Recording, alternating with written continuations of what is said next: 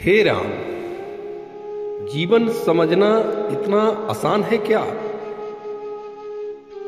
कैसे जीवन समझा जा सकता है? कई जन्मों के हमारे कर्म हैं,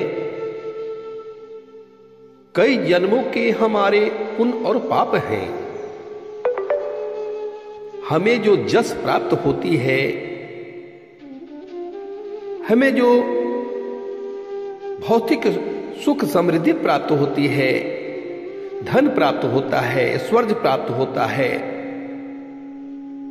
हमारे पारिवारिक जीवन हो, हमारे बाहरी जीवन हो, हमारे दैनिक जीवन हो, उसमें जो भी सुख समृद्धियां प्राप्त होती है वो किसी न किसी जन्म के पुण्य है। हम बहुत धनवान हैं, बहुत प्रसिद्ध हैं, तो हमारे पुण्य का प्रभाव है। इसको हम ईश्वर के कृपा से नहीं जोड़ सकते। कृपा क्या है? पुण्य के बदले हम धार्मिक हो सकते हैं, साधु हो सकते हैं, बाबा हो सकते हैं, पीठाधीश्वर हो सकते हैं, लेकिन कृपा नहीं हो तो सब चीज बेकार भी हो जाता है। ये जो हम पद पर बैठे हैं, ये तो हमारा पुण्य है। हमने अच्छे पुण्य किए और हमने कोई संकल्प किया कि मुझे ऐसा जीवन जीना चाहिए, तो उस पुण्य के बदले हमें वह मिला। ईश्वर की कृपा सबसे बड़ी होती है, और कृपा ऐसे वैसे कोई चीज का नाम नहीं है। संतों का क्या स्वभाव है, साधकों का क्या स्वभाव है? एक कलियुग है, राक्षस पैदा लेते हैं, असुर पैदा लेते हैं, वह किसी क्षेत्र में जाकर काम करे, प्रसिद्ध हो, लेकिन ये सब आसुरी प्रवृत्तियों से युक्त ही होते हैं। अगर ईश्वर की कृपा इनमें है तो इन्हें अपने जीवन को समझ जाना चाहिए, प्रेम से रहना चाहिए, प्रेम बांटना चाहिए। भेदभाव से परे जो जाता है वही ईश्वर की कृपा का अधिकारी होता है। हमने पुण्य के बदले बहुत सारे चीज प्राप्त कर लिए, लेकिन अगर वह कृपा नहीं है उसका, तो हमारी दृष्टि, हमारे विचार, घृणा, नफरत समाज में बांटता है, भेदभाव करता है। हम कहते हैं कि हमें बैकुंठ जाना है, शिवलोक जाना है, जगदम्बा के लोक में जाना है। ऐसे लोक मिलते हैं? किसी बड़े पद पर बैठ के भौतिक अगर पद मिल जाए, नाम मिल जाए, लेबल मिल जाए, इससे कोई लोक की प्राप्ति नहीं होती है।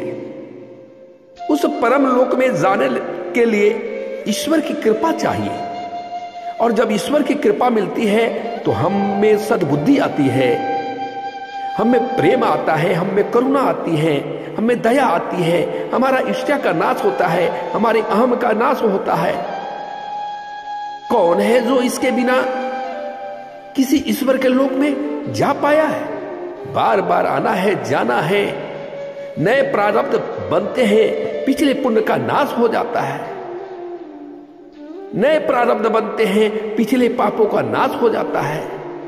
हमारी सदगति, हमारी दुर्गति सिर्फ इस बात पर निर्भर है कि हमारा जीवन कैसा है और हम क्या कर रहे हैं। मैंने अपने पूरे जीवन में देखा है, जो विधि का विधान लिख दिया गया है वही हम करते हैं, वही हम सोचते हैं, वही हम चलते हैं, वही हम करते हैं, वही हमारा जीवन चलता है। हम स्वतंत्र नहीं हैं। हम समझते हैं कि हम स्वतंत्र हैं, लेकिन हम स्वतंत्र नहीं हैं। अनंत जीवन, अनंत जन्मों का जो प्रारब्ध है मेरे, वही जीवन में आते हैं। मनुष्य का स्वतंत्र कर्म बस एक ही है। अगर वो ईश्वर को स्मरण करते हुए कोई कर्म करने के पहले यह विचार कर लेता है कि यह कर्म अच्छा है, हमें करना चाहिए, या यह कर्म बुरा है, हमें नहीं करना चाहिए, तो वह बच जाता है, बुराइयों से बच जाता है, अच्छाइयों को पा लेता है। तो कर्म स्वतंत्र है, आप स्वतंत्र नहीं है, इसलिए कि विधि के विधान के हिसाब से ही आपको चलना है। लेकिन ईश्वर ने आपको वर्तमान में स्वतंत्रता दे देता है कि आप कोई भी कार्य करें तो विचार कर ले कि ये अच्छे हैं कि नहीं है।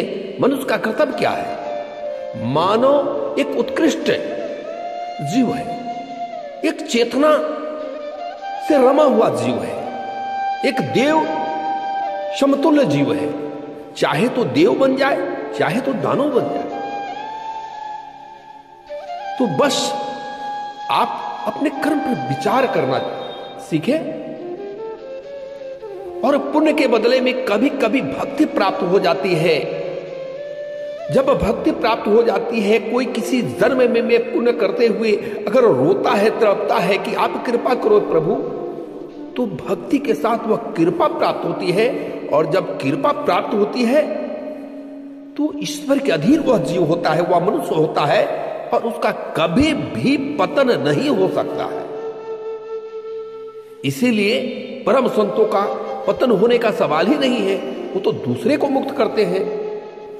आज कलियुग में काफी संत हमारे सामने हैं, हमारे देश में हैं, हम उन्हें पहचान ही नहीं पा रहे हैं।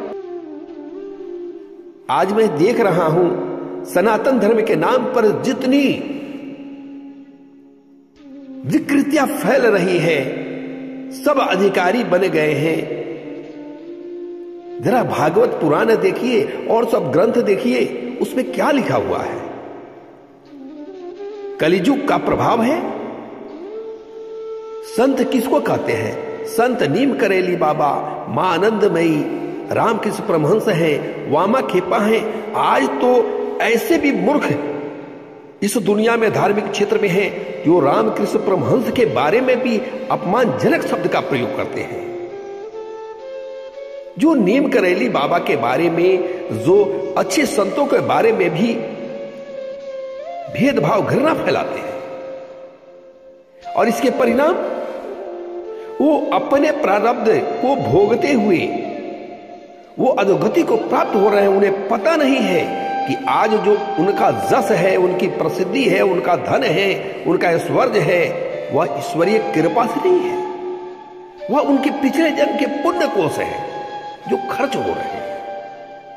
अगर ईश्वर की कृपा प्राप्त होती तो किसी के बारे में बिना जाने अनर्गल शब्द का प्रयोग नहीं करते। जो ठाकुर रामकृष्ण परमहंस ने कोई पैसे किसी से कभी नहीं ली, और आज बड़े बड़े पैसे लेने वाले अपने आप को संत कहते हैं। धिक्कार है ऐसे मनुष्य पर। ये सब भागवत में लिखा हुआ सब असुर है। ज्ञान होना, शास्त्रीय ज्ञान होना, कुछ सिद्धियां होना, ये अलग बात है। उससे समाज में कुछ काम करना अलग बात है। लेकिन समाज में भेदभाव से रहित होकर संतों का क्या गुण है? एक संत की पूरी दृष्टि होती है उस परमात्मा पर, उस ईश्वर पर, उस इष्ट पर, और थोड़ी सी दृष्टि संसार पर होती है। वह विक्षिप्त होता है। साधक संत क्या होते हैं? लीन होते हैं, कहीं ना कहीं लीन होते हैं। वो संसार को इसलिए देखते हैं कि ईश्वर चाहता है कि संसार का जन कल्याण हो, और संत जन कल्याण करते हैं। तो जीवन को समझना बहुत जरूरी है। धार्मिक अंधविश्वास, आप क्या समझते हैं कि कहीं चमत्कार देख लिए आप दौड़ पड़े? आपको स्वयं पर विश्वास नहीं है, आपको उस सत्ता पर विश्वास नहीं है, आपको हनुमान जी पर विश्वास नहीं है। आपके भी हनुमान जी हैं, आपके भी शिव जी हैं, आपकी भी मां है, आपके भी हरि है, राम है, आपके भी कृष्ण हैं।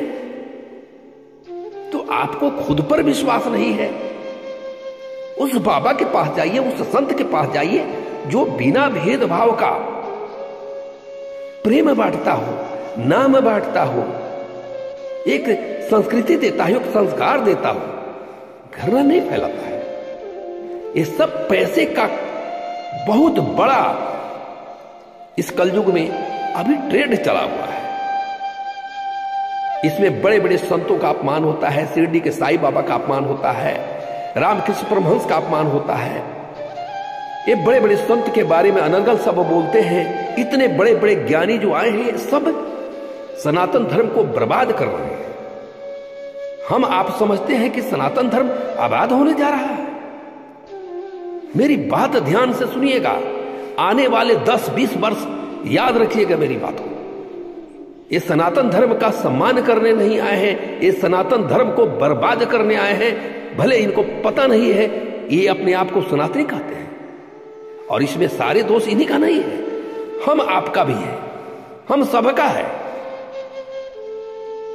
हम किस चकाचौंध में पड़ते हैं, हम रामकृष्ण परमहंस को नहीं समझते हैं, हम देवराहा बाबा को नहीं समझते, हम नीम करेली बाबा को नहीं समझते हैं। आज भारत के भूमि पर वर्तमान में लगभग 23 मेरे जानकारी में सिद्ध संत पड़े हुए हैं जिनको बहुत लोग नहीं जानते हैं। विलक्षण सिद्ध है, वो हस्तक्षेप नहीं करते हैं, वो संत हैं। और सैकड़ों के संख्या में अभी भारत के भूमि पर ऊंचे ऊंचे साधक, वो भी सिद्ध है, वो भी कुछ नहीं बोलते हैं। वो किसी न गलत आदमी के साथ देंगे न कोई बात करेंगे, वो चुप रहेंगे। तो जीवन जीने के लिए प्रेम में होना जरूरी है। हम आप अगर इसे भूल जाएंगे तो कैसे होगा? हमें प्रेम करना है तो हमें बहुत चीज समझना होगा और इसके लिए हमेशा कृपा चाहिए ईश्वर का। हनुमान जी कलयुग के साक्षात देवता है, लेकिन हनुमान जी के नाम पर जितने जितने काम होते हैं गलत, मैं आपको यह बात बोलता हूं कि 10 से 20 वर्षों में सबका रास्ता हनुमान जी खुद निकालेंगे। मैंने 10-20 वर्षों में देखा है, आपने भी देखा है, कितने बड़े बड़े संत आए, लाखों अनुयायी बनाए, क्या हुआ? वो स्त्रियों के चक्कर में, धन के चक्कर में फंसे रह गए। अरे इतनी बड़ी ईश्वर की कृपा का वह जो पात्र बने, कई जन्म के पुण्य जन्म के कारण उनका जो ये पद मिला, उसको उन्होंने समझा, वो भ्रष्ट हो गए इसलिए कि कृपा नहीं थी। कृपा होनी जरूरी है। अगर करुणा से, दया से लबालब भर के अगर आप रोते हुए आंखों में आंसू भरकर पुकारते हैं, हे हरि, हे शिव, हे जगदम्बा, मुझ पर दया करो, करुणा करो, मैं कभी गलत नहीं करूंगा, किसी के साथ नहीं करूंगा, तो उसकी कृपा प्राप्त होती है। और जब उसकी कृपा प्राप्त होती है तो आदमी का पतन नहीं होता है। इसलिए हे जनमानस, आप भी सोचिए, समझिए, समय बीत रहा है, अपना जीवन नष्ट मत कीजिए। मेरी बात बुरी लगेगी, लेकिन आप जिस रास्ते पर हैं, जो स्वभाव है बहुत जल्दी किसी को मान लेना, बहुत जल्दी किसी के बारे में गलत बोल देना, सही बोल देना, या छोड़िए। सनातन धर्म जानना है तो उसकी कृपा कैसे मिलेगी, इसका प्रयास कीजिए।